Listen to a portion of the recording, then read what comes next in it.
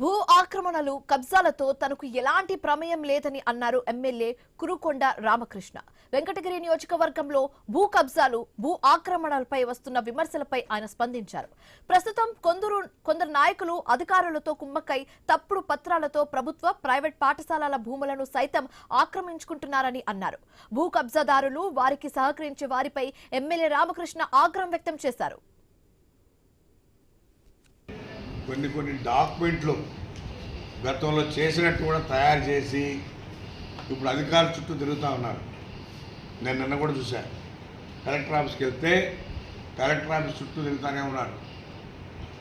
నన్ను చూసి దానుకుంటున్నారు.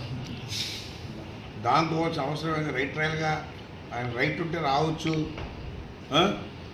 ఆడికి వెళ్ళి అధికారులకు మాయమాటలు చెప్పి, అంటే గతంలో ఎప్పుడో వాళ్ళ మామూలు ఎవరో వీఆర్ఓలు ఉన్నప్పుడు పేపర్లకు పుట్టించి, ఆ తర్వాత ఎంఆర్ఓలు రిటైర్డ్ అయిన వాళ్ళు వాళ్ళ దగ్గర పేపర్లు పుట్టించి తిరుగుతూ ఉన్నారు.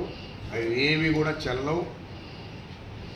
ఖచ్చితంగా వెంకటగిరిలో ఆక్రమణ జరిగితే ఒప్పుకునే ప్రసక్తే లేదు.